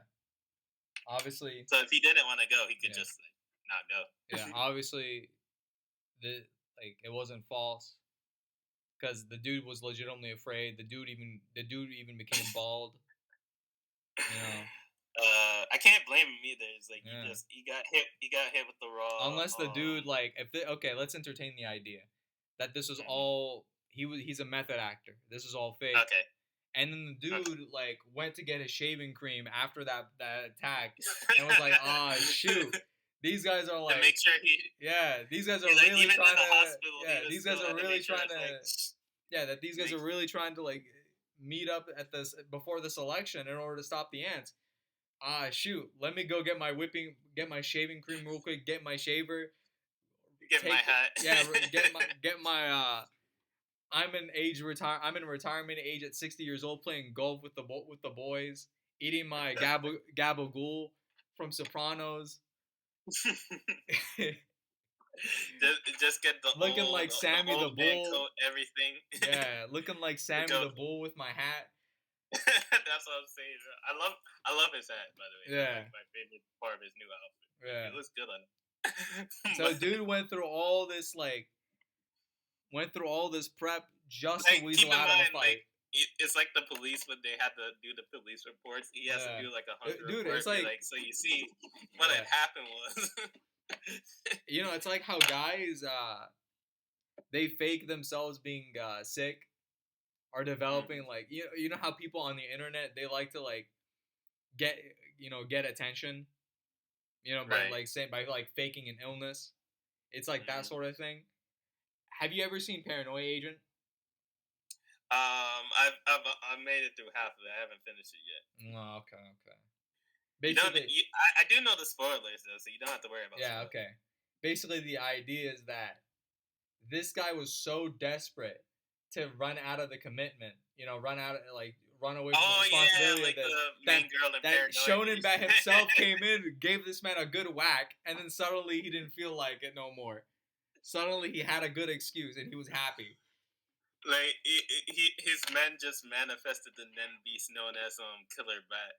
Yeah. And it's able to like draw Nen energy from anyone around him who's like paranoid and like doesn't want to like go in and do like missions that they don't want to sign. They just get hit with the Nen beast, and he can teleport the Nen beast anywhere that he needs to be too. So yeah. My official reading of this is that Paranoia Agent is canon in the Hunter x Hunter universe. Madhouse anime. Yeah, that's true. That is true. That's another connection. Can't put it past them. No. They do like their psychological. They go. You go to the dark continent. All you see is Killer Bat. And it's like working. Yeah, my boy Shonen Bat. And just having a good time. Next, I can just imagine the good time. Next is Palm's secret ability. Now, obviously, I don't know what this is meant to be referring to because we did see the ability. It's kind of like Phone Dial 1167 or however you say it, the new one that was revealed. She probably has something like that, but for like little boys. Yeah, I mean there was like we know of her fortune teller ability that she used a few times in the volume 20 and volume 21 chapters. And then there's when she became an ant, and then she basically had an evolved version of that ability where she didn't have to. Well, it's not exactly like that because with her old ability, I guess she needed to fulfill a condition, and like she's able to find someone that she needs despite having never met them. Whereas her ability, when Wink Blue, it only works on people that she actually sees.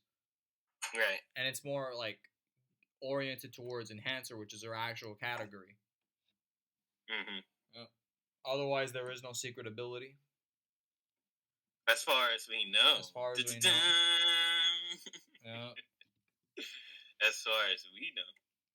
Well, for all we know, Palm might end up being on the ship, and she just faces Sari, and it's Future Sight versus Future Sight. It'll be a good battle. Maybe. Well, it'd be a good warm up for the GOAT. It's like a good warm. Yeah. It's like just see it. How do you counter Future Sight abilities? It would make my GOAT Seti look even better, because Kilo was out here struggling. Granted, he didn't want to fight, but he was struggling nonetheless. Seti would just go into his ability, see 10 seconds ahead. He's like, I want impressed. Beheads Palm. Palm doesn't even realize it. 10 seconds pass, and then and then they collapse, dead, bloop. That's it. The real question is like, would he like Palm as a woman or not?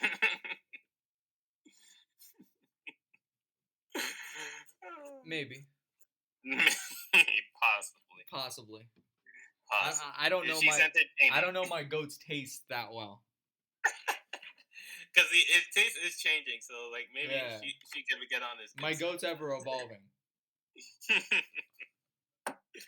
Now play your cards right. You might end up on his good side. Yeah. Okay. Next is Hunter. Hunter is a shoujo. Of course. It's true. It's a shoujo. It's a seinen. It's everything. You know. Hunter x Hunter is like basically every genre. Like it's genuinely hard to come up with a genre category that isn't covered by Hunter x Hunter. To be fair, so I mean there probably is like some. It has really. pages that are like that feels straight out of a shoujo manga, art that feels straight out of a shoujo manga. You gotta Togashi love even that takes recent philosophy Morena out page. of Togashi even just takes talking to Borks and yeah. There's also the Gon Killua page in Greed Island. He even uses white negative space like shoujo manga do in order to enhance and accentuate the emotion. Mm-hmm. He uses similar screen tones that shoujo manga do. His wife is Naoko Takeuchi. Right. This dude made 10 Day Shower to Cupid. Allegedly, she doesn't actually exist as far as yeah, allegedly. Yeah. He made 10 Day Shower to Cupid. He made early Yu Yu Hakusho, which has like more shoujo-esque art style with like his use of screen tone and all that, and like the way characters are drawn. Like, there's even that one panel of Poof where he looks straight out of a shoujo manga. There's even even in terms of story beats, you could even say there's been shoujo-esque elements to it. You know, like Yona of the Dawn Rosa Versailles bag with the princes. Could be. Yeah. It could be that Hunter x Hunter just has secretly this whole time has been a story dedicated to his daughter rather than his son. Yeah. So we just have like this whole time we've been thinking like he was writing a martial arts series for the boys, but he was actually making a nice shoujo romance for the girls the whole time. Yeah. Okay. We only got a few left to go. We're already at the end. Yeah. Next is Avengane is a spider. I mean, I'm sure he could be. They would let him in. I mean, why I don't not? think he would want to be. I'm pretty sure that man said he was going to retire or some shit. No. He didn't say anything about retiring. He still got more in him. He still got that dog in him. He still got the dog in him, yeah. Listen, the dude's a brother. Like, you know, dark skinned. We barely get dark skinned characters in the story. He's the brother. Who knows? Maybe Chrollo wanted him like, yo, we got Bono. He's kind of feeling left out. Do you want to be part of the? Do you want to be?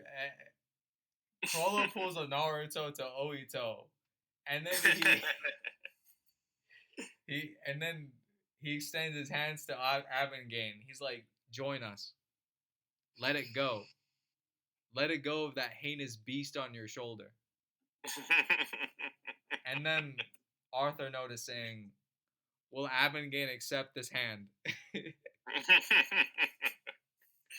My thing is like we don't actually know what like motivates Avengane that much, so it'd be difficult to speculate on him joining the Spiders.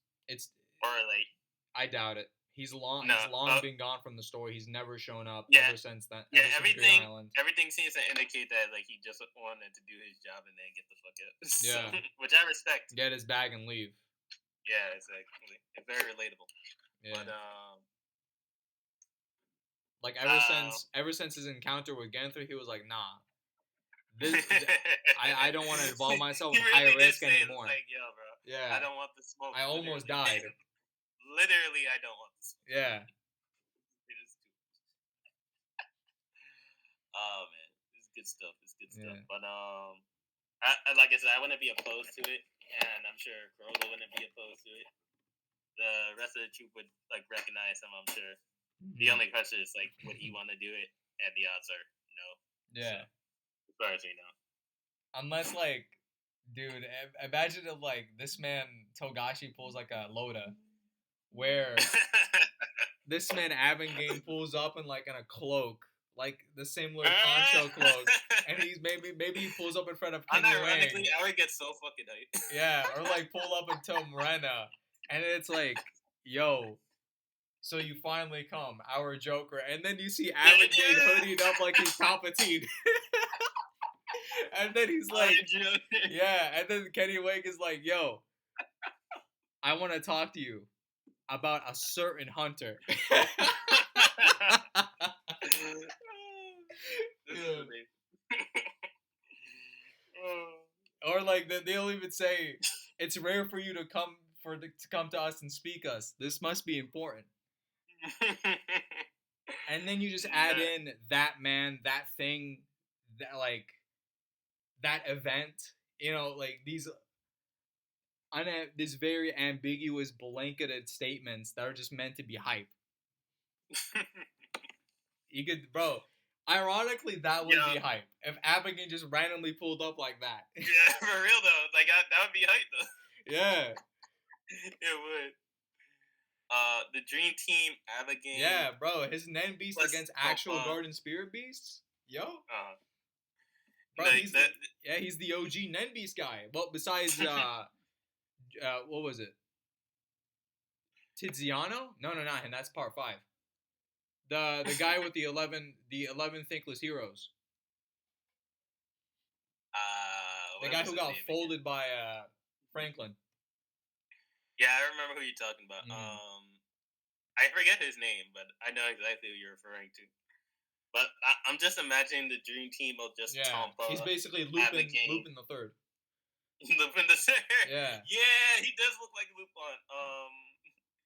He really got smoked really fast too. That was the thing. With the Shadow Beast, but no, I can't remember his name for the life of me right now. I'm sorry. So sorry to him. Rest in peace. Yeah, rest in peace. But yeah, rest in peace, Lupin. But who else? But yeah, I'd be fine with Abigail joining the Spiders. Make it happen.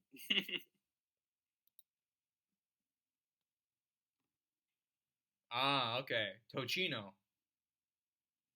Shachmano Tochino. Okay. Yeah, I wouldn't be surprised not knowing that name. That's like, he's a forgettable character. Well, he only appears in Volume 8, and then that's it. That's one of them deep cut characters that you gotta be like, if you're really into like all Togashi's like side characters. Yeah. Which is understandable. It's like, yes. I'll remember his ability, but that's it.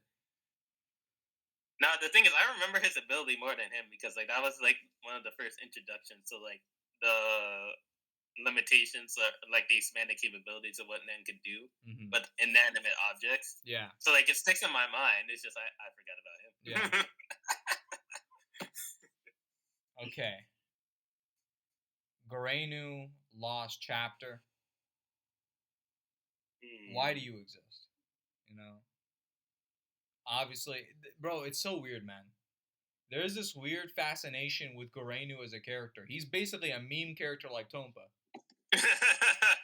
Where, I don't know, like, they glaze him as, like, a god like Tompa.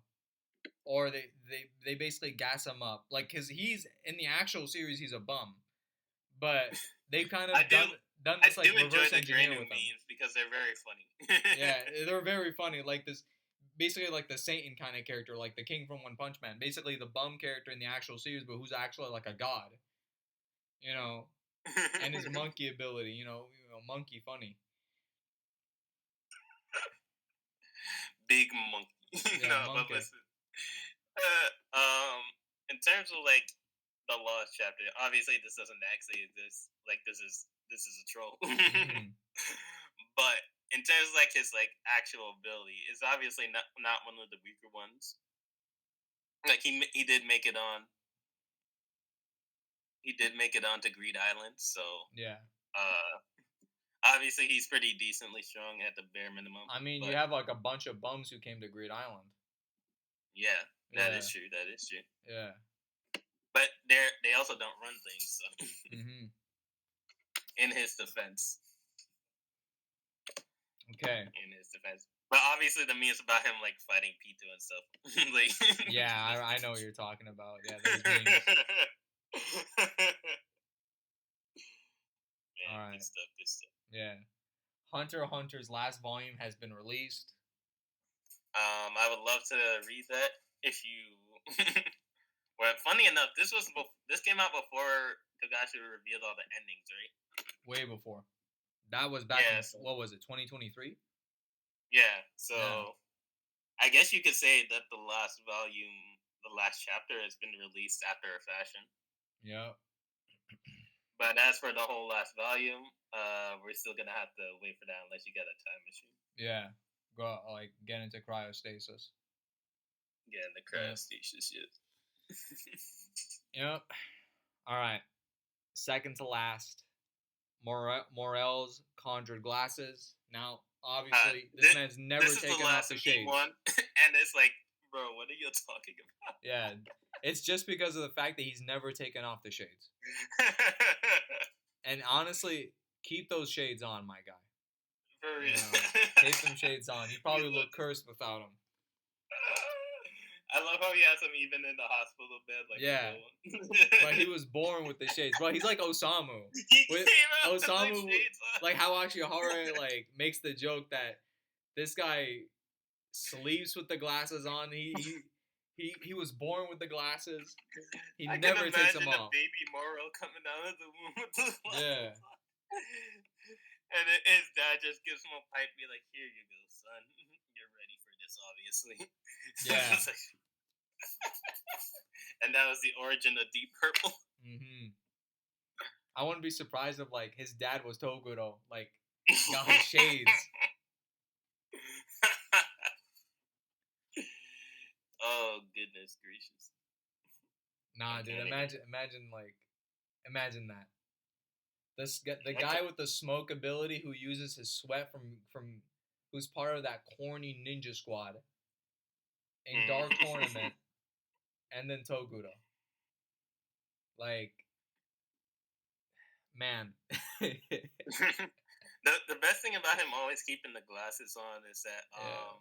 realistically we know it's about the cool factor and like him always being portrayed as like one of the coolest guys, and he is, mind you.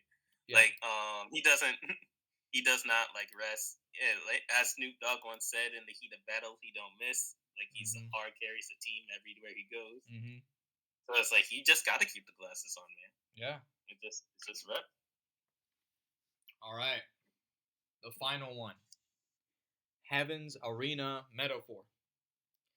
Now, obviously, this is the most interesting one. We kept it for last. Funny enough,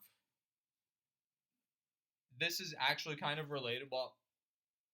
I made that script. I wrote that script way before I even looked at this tier list. Mm-hmm. Yep. So most of it was my own thinking. But obviously, Heaven's Arena has plenty of religious and symbolic metaphor. It ties to Greed Island. It ties to the idea of the detours. It's based off the Tower of Babel, you know, and how you look at the story of the Tower of Babel. People were making a tower. People were constructing a tower from all in order to basically make a tower that would reach up to the heavens. God saw this and didn't like that one bit. So he basically cursed them by having them all start speaking like several different languages, so they were no longer unable to communicate, and as a result, the tower was like cut short and never got to reach its full potential. And correct me if I'm wrong, but the tower was built by a king, whoever was referred to as Nimrod, which means hunter, right? Let me see.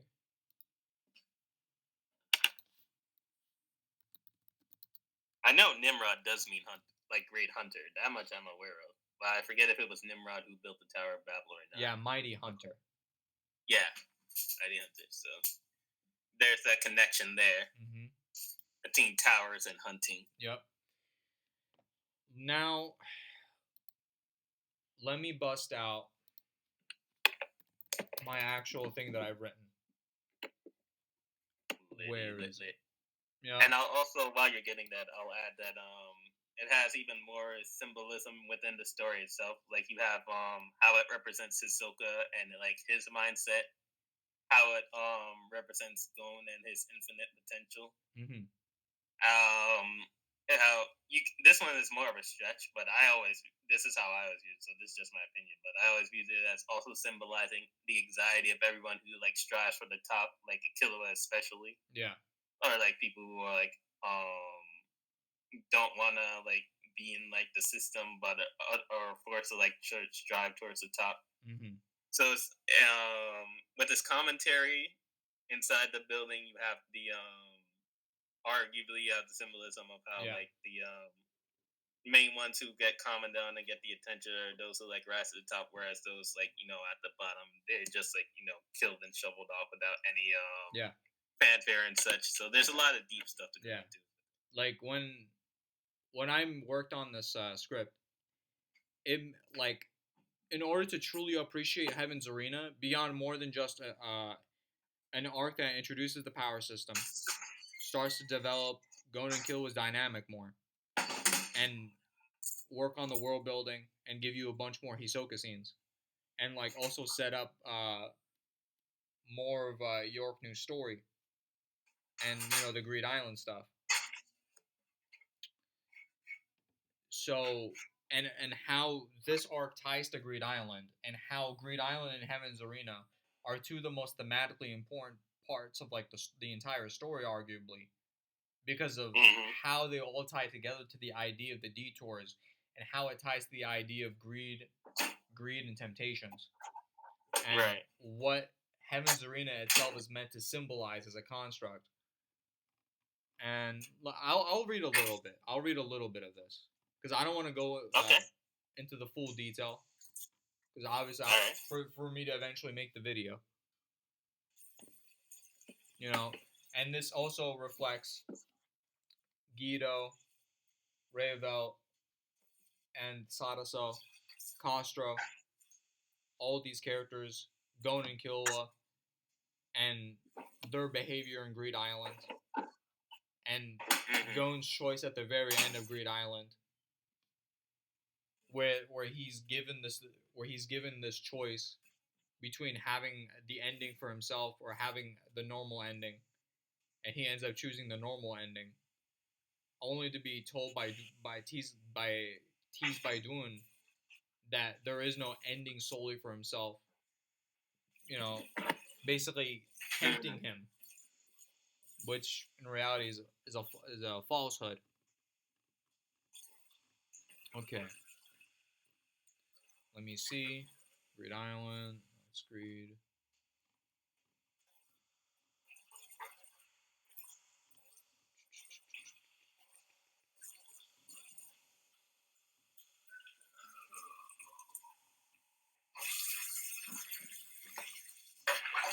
Mm-hmm. Okay. Yeah, false heaven. All right, let me read this. All right. Yeah. Before the political suspense, intrigue, war drama, and the greed of humanity, it all began when two boys began their ascension up to the heavens. Though a reference and possesses similarities to Dragon Ball, the execution and intent were different, each fitting for its respective story. The Heavens Arena is a reference to the Tenkaichi Budokai, the strongest under the Heavens Tournament, and Gon's arc and decision to have a similar trajectory to Goku's decision, and Roshi's lessons at the end of the arc. Alongside Gon and Killua, there were the spawn campers of Heaven's Arena, who also encapsulate the themes that were fleshed out in Greed Island, which blossomed at the top of the world tree and were sown and in Heaven's Arena.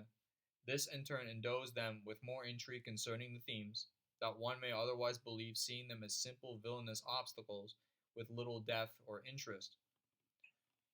Unlike Gon and Killua, and similar to many in Greed Island, They were individuals who never actually put in the time and effort, never truly working for their goals and for their standing, instead resorting to get by through deceit and scheming.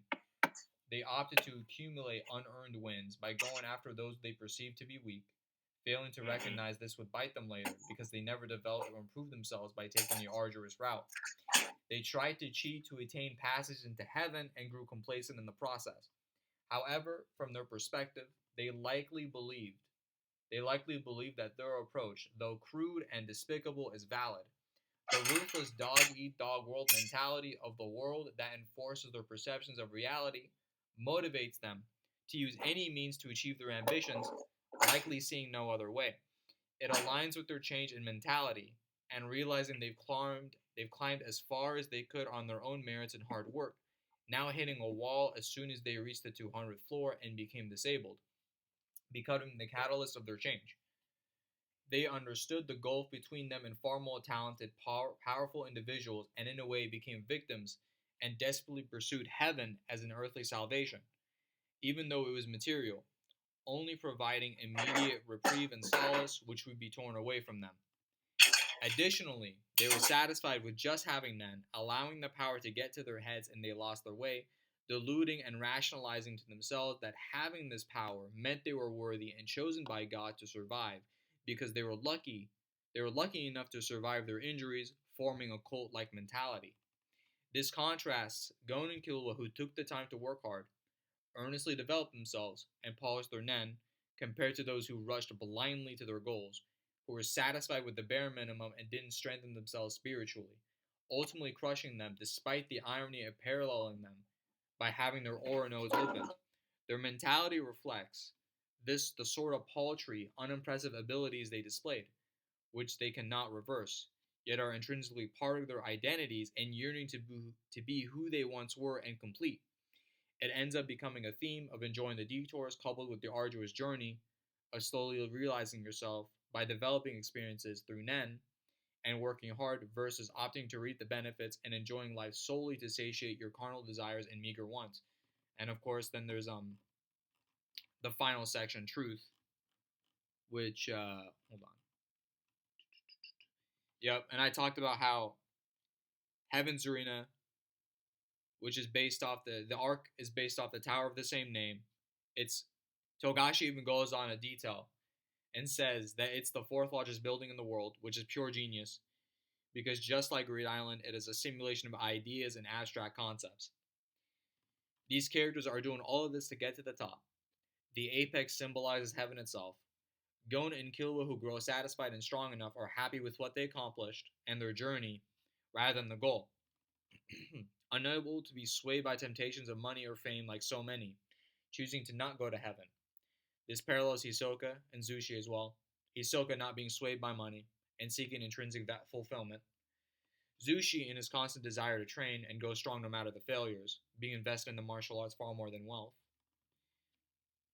They weren't swayed by mortal wants and sought something far more abstract and transcendent. And then I talk about Dune, yada yada yada. They end up leaving Heaven's Arena after they pretty much, because they found something far more valuable and achieved self fulfillment. They weren't tempted by the earthly pleasures of quote unquote heaven, because it was a construct erected by man to imitate heaven. Hence it's the name, and the fact that it's prided itself as one of the tallest buildings in the world. Yet, it is smaller than the world tree itself. Mm-hmm. Mm-hmm. Mm-hmm. Yep. And as soon as Gon and Killua learned about what actually is at the top of Heaven's Arena that everyone was like pining for, they immediately lost interest. Mm-hmm. Yep. The World Tree and Heaven's Arena both parallel one another. The latter is man's creation, much like the Tower of Babel, created to imitate and reach the heavens, yet still surpassed by nature itself, and much like Heaven's Arena couldn't rise any higher. They were earthly pleasures at the top of heaven, and because man created them, it would be a pale imitation, causing Gon and Killua to immediately lose interest when they found out what it was, and any sense of wonder was dispelled in the face of the inexorable truth. And that's part of what I wrote. That's all very interesting. You really put it all together, especially with the connections between Yeah.